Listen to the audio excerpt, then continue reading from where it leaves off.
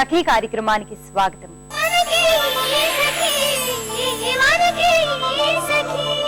ఇవాళ విత్తనం నాటి రేపు సాయంత్రానికల్లా పంట కోసుకుందాం అనుకుంటారు మీరు. అసలు వేచి ఉండే ఓపికే మీ తరానికి లేదు అంటూ చివాట్లు పెడుతూ ఉండేవారు మా అమ్మగారు. ఇక ఇప్పటి తరానికైతే ఒక్క రోజు కాదు కదా, ఒక గంటన్నా వేచి ఉండేందుకు ఓపికే ఉండడం లేదు. మా చిన్నతనంలో అమ్మ అరచేతిలో గోరింటాకు పెట్టిన పావు గంటలోనే అది పండిందో లేదో చూసుకోవాలి అనిపించేది. అరచేతిలో పచ్చటి చందమామలా గుండ్రంగా గోరింటాకు పెట్టి చుట్టూ నక్షత్రాల్లా చిన్ని చిన్ని చుక్కలు పెట్టి చేతి వేళ్లకి టోపీల్లా గోరింటాకు అద్ది ఇహ ఎవరికి ఎంత బాగా పండుతుందో వేచి చూడండి అంటే మనలాంటి పిల్లలకి అది సాధ్యమా? ఈ కార్యక్రమం తర్వాత మరిన్ని విషయాలు మాట్లాడుకుందాం.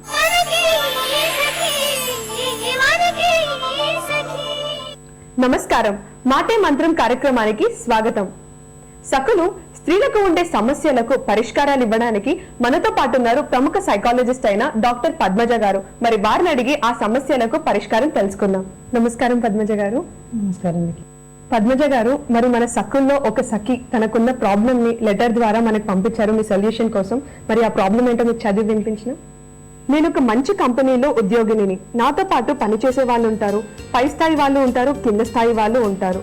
ఆడ మగ తేడా ఎప్పుడూ ఎవరికీ చూపించలేదు. కానీ ఇటీవల కొత్తగా వచ్చిన కొత్త బాస్ తోనూ కొందరు కొత్త కొలీగ్స్ తోనూ కొన్ని సమస్యలు ఎదురవుతున్నాయి. మా అందం గురించి, మేము చేయలేని పనులు కొన్నిటి గురించి ఇండైరెక్ట్ గాను డైరెక్ట్ గాను మాట్లాడుతున్నారు. ఈ కంపెనీ నుండి మారుదామని కొందరు అనుకుంటున్నారు, కానీ కొత్త కంపెనీ మాత్రం ఇలాంటి సమస్యలు ఉండవా అని అనుకుంటున్నారు. ఎన్నికలా ఇప్పుడు మారుతున్న పరిస్థితులతో పాటు ఒక స్త్రీ పాత్ర కూడా చాలా మారుతోంది. రకరకాల ఒక రోల్ కాదు, మల్టిపుల్ రోల్స్ ప్లే చేయాల్సి వస్తుంది, రకరకాల పాత్రలు పోషించాల్సి వస్తుంది ఒక స్త్రీ.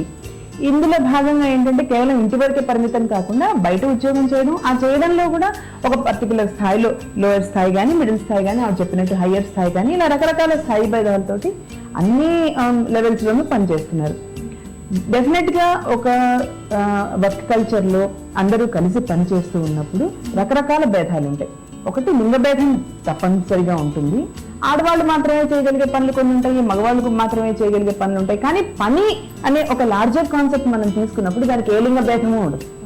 ఎవరైనా పని అనేది చేయాలి, కాకపోతే డివిజన్ ఆఫ్ వర్క్ ఎప్పుడూ ఉంటుంది. అలాంటిది ఇన్నాళ్ళు ఆవిడ ఎందుకు ఫీల్ అవ్వలేదు, ఆ కంపెనీలో ప్రాబ్లం ఎప్పుడు ఫీల్ అవ్వలేదు ఎందుకు అంటే, ఎవరు కూడా నువ్వు ఒక అమ్మాయివి, నువ్వు ఒక ఆడదానివి, నువ్వు చేయలేవు ఇలాంటి మాటలు ఎప్పుడు మాట్లాడలేదు. కానీ కొత్తగా వచ్చిన వాళ్ళు ఇలాంటి మాటలు మాట్లాడుతుండేసరికి వీళ్ళు చాలా మంది నొచ్చుకుంటున్నారు. ఆవిడే కాకుండా మిగతా వాళ్ళు కూడా నొచ్చుకుంటున్నారు. అందరూ కలిసి కంపెనీకి మారదామా అనేటువంటి ఆలోచన కూడా వచ్చింది అంటే అది వాళ్ళకి కమ్యూనికేట్ చేయాలి. వీళ్ళు ఏ విషయంలో అయితే వీళ్ళు ప్రాబ్లం ఫీల్ అవుతున్నారో, మన ప్రోగ్రామే మాటే మంత్రం కదా, మాటతోటే ప్రతి స్పందన వస్తుంది, ప్రతిస్పందన వస్తుంది.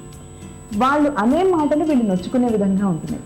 అంటే ఏంటి, ఒక స్త్రీ ఒక ఉద్యోగంలో ఉంటుంది అంటే ఆ ఉద్యోగం అనేది అది లింగభేదం ఉన్నటువంటి పరిస్థితి కాదు. ఉద్యోగం అనేది, పని అనేది ఎవరైనా చేసేది. అక్కడ ఆడామగ తేడా ఉండదు. ఆవిడే చెప్పినట్టుగా ఆడామగ తేడా లేకుండానే పనిచేశారు ఇంతకాలం. ఇప్పుడు కొత్తగా వచ్చిన వాళ్ళు పదే వీళ్ళ అందం గురించి కానీ, వీళ్ళు చేయగలిగే పనులు, చేయలేని పనుల గురించి కానీ అంటున్నప్పుడు వీళ్ళు కొత్తగా ఫీల్ అవుతున్నారు. ఇవన్నీ కూడా కొత్తగా వచ్చినాయి. అంటే ఏంటి, మారిన పరిస్థితుల్లో ఏంటి, ఉద్యోగ పరిస్థితులు మారలేదు, మనుషులు మారారు. మనుషులతో పాటు వాళ్ళ ఎక్స్ప్రెషన్స్ మారినాయి, వాళ్ళ కమ్యూనికేషన్ ప్యాటర్న్స్ మారినాయి. వాళ్ళు ఏ రకంగా ఎక్స్ప్రెస్ చేస్తున్నారనే దాన్ని బట్టి వీళ్ళ ప్రతిస్పందన కూడా మారింది. పని మీద ఇంట్రెస్ట్ పోయి మారాలనుకోవట్లేదు వీళ్ళు, ఉద్యోగం పని పరిస్థితుల్ని బట్టి మారాలనుకో. అట్లాంటప్పుడు ఎవరైతే పై స్థాయి వ్యక్తి, ఒక లీడర్షిప్ స్థాయిలో ఉన్న వ్యక్తి వీళ్ళకి ఇబ్బంది కలిగిస్తున్నాడో ఫస్ట్ ఆఫ్ ఆల్ ఆయనకి తెలియాలి. ఆయన్ని బట్టే ఆయన కొత్తగా చేరిన వాళ్ళు కూడా బహుశా వీళ్ళని గురించి కమెంట్స్ పాస్ చేస్తూ ఉండొచ్చు. అలాంటి కమెంట్స్ని వీళ్ళు ఎదుర్కోవాలి అంటే ఆ ఉద్యోగంలో ఆడమగా తేడా ఉండదు. డెఫినెట్లీ కొన్ని పనులు కొంతమంది మాత్రమే చేయగలరు, ఆడవాళ్ళు మాత్రమే చేయగలిగినటువంటి సునిశ్చితమైన పరిశీలనలు, అలాంటి అవసరం ఉండే పనులు కూడా కొన్ని ఉంటాయి. అలాగే మగవాళ్ళు శారీరకంగా శక్తి చూపించగలిగిన పరిస్థితి ఉంటే అలాంటి పనులు అవసరమైన పనులు కూడా ఉంటాయి. కానీ అలాగని చెప్పి ఆడమగా తేడా పనికి ఉండదు కదా. కాబట్టి వీళ్ళు ఎక్కడైతే నొచ్చుకుంటున్నారో, ఎక్కడెక్కడ ప్రాబ్లం ఎదురవుతుందో అప్పుడు వీళ్ళందరూ కలెక్టివ్గా కలిసి, ఒకళ్ళ ఎక్స్పీరియన్స్ మాత్రమే కాదు, ఇట్స్ ఎ కలెక్టివ్ ఎక్స్పీరియన్స్, కొంతమంది కలిసి అనుభవిస్తున్నటువంటి వేదన. వీళ్ళ అందరూ కలిసి రిప్రజెంటేషన్ ఇచ్చి ఇంతకాలం ఏదైతే స్త్రీగా ఉండడం ఏదైతే అడ్డం కాలేదో పనికి, ప్రొడక్టివిటీకి, ఆ కంపెనీ ఈ స్థాయికి రావడానికి ఏదైతే అడ్డం కాలేదో ఇవాళ ఉన్నట్టుండి వాటి గురించి కమెంట్స్ రావడం, ఎలా అయితే ఇన్నాళ్ళు వీళ్ళు చాలా సామరస్యపూర్వకంగా పని చేయగలిగారో ఆ పరిస్థితుల్ని వాళ్ళకి ఎక్స్ప్లెయిన్ చేయగలిగితే వాళ్ళ మాటలు, వాళ్ళ ప్రవర్తన తీరు తమను ఎలా నొప్పిస్తున్నాయో, ఎలా బాధ పెడుతున్నాయో, ఈ వాతావరణం నుంచి వెళ్ళిపోదాము అనేంతగా తమను బాధపడుతున్నాయో వివరించగలిగితే బహుశా వాళ్ళ దృక్పథంలో మార్పు రావచ్చు. దృక్పథంలో మార్పు రావాలి అంటే నా దృక్పథంలో తేడా ఉంది, తప్పు ఉంది, లోపం ఉంది అనేది అవతల వ్యక్తికి తెలియాలి కదా.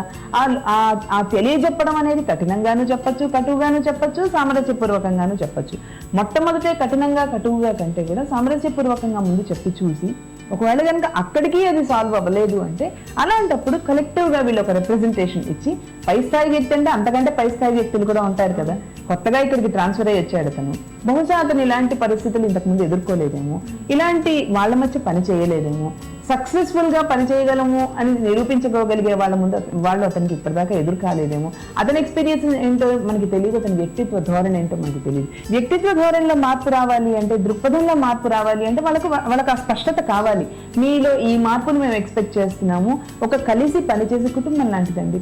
ఒక వర్క్ అట్మాస్ఫియర్ అంటే అది ఒక కుటుంబం లాంటిది.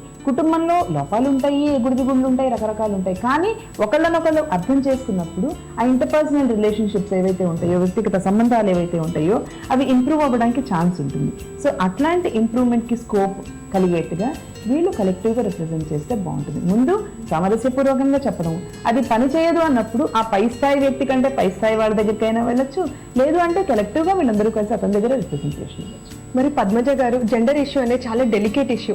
అందులో ఆడవాళ్ళు మగవాళ్ళకి చెప్తే చాలా ఈజీగా కోపం వచ్చేస్తుంది. అందులో పై స్థాయి వ్యక్తి కాబట్టి ఇంకా ఏదైనా చేయొచ్చు, ఇంకా ప్రాబ్లం క్రియేట్ చేసే ఛాన్సెస్ ఉంటాయి కదా. పాసిబిలిటీ ఎక్కడైనా ఉంటుందమ్మా.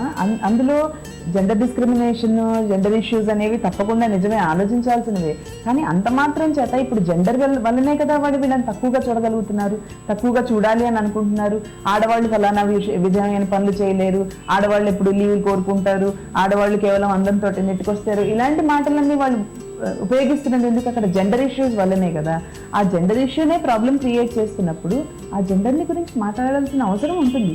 కేవలం అందం వల్లనే సక్సెస్ రాదు, అందానికి సక్సెస్కి ఎప్పుడూ కూడా ఆ కోరిలేషన్ హైగా ఉండాలని ఏమీ లేదు.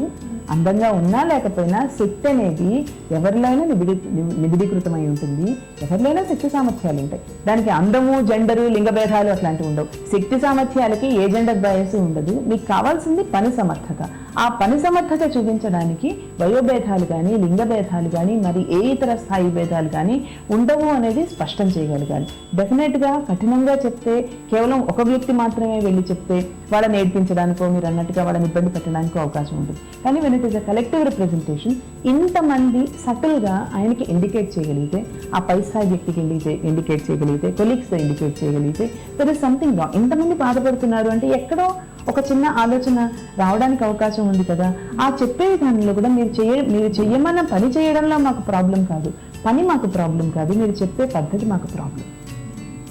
టార్గెట్స్ ఇచ్చి చూడండి, గోల్స్ ఇచ్చి చూడండి, రీచ్ అవ్వకపోతే ఎందుకు రీచ్ అవ్వలేదు అని అది ఆలోచించండి. మామూలుగా లీడర్షిప్ థియరీస్లో చెప్తారు, ఒక లీడర్ అనే వ్యక్తికి ఆ టాస్క్ ఎంత బాగా రీచ్ అవ్వగలిగారు, ఆ టాస్క్ని రీచ్ అవ్వడానికి వ్యక్తిని ఎంత బాగా ఉత్తేజితం చేయగలిగారు, కార్యోన్ముఖుల్ని చేయగలిగారు అనేది లీడర్లో ఉండాల్సినటువంటి ముఖ్య లక్షణం. ఇప్పుడు అన్ఫార్చునేట్లీ ఈవిడికి దురదృష్టవశాత్తు ఆ వచ్చిన లీడర్కి అవతలి వ్యక్తి తాలూకు జెండర్ కనిపిస్తోందే తప్పితే ఎంత బాగా వీళ్ళు కార్యక్రమాన్ని వాళ్ళు నిర్వహించగలుగుతున్నారు, పని సమర్థత ఎంత బాగా చూపించగలుగుతున్నారు అనేది చూడడానికి ప్రస్తుతానికి ఆయనకు ఒక టింటెడ్ గ్లాసెస్ ఉన్నాయని అనుకుందాం, సరిగ్గా చూడలేకపోతున్నారు అనుకుందాం. అలాంటప్పుడు ఆ దృష్టిని సక్రమంగా వెళ్ళేట్టుగా, ఆ దృష్టి సరిగ్గా ఉండేట్టుగా, చూపు బాగా ఆనేట్టుగా, సరైన సమర్థత మీద దృష్టి పడేట్టుగా, కేవలం అందం మీద కాకుండా సమర్థత మీద దృష్టి నిలిపేట్టుగా చూడడానికి అందరూ కలిసి ప్రయత్నించాలి, తప్పదు. సో పద్మజ గారు, ఇవాళ రేపు ఆడవాళ్ళు చాలా ఎక్కువగా ఫేస్ చేసే ప్రాబ్లం ఇది. మరి ఆ ప్రాబ్లంకి చాలా చక్కటి సొల్యూషన్ ఇచ్చారు. థ్యాంక్ యూ సో మచ్, ధన్యవాదములు.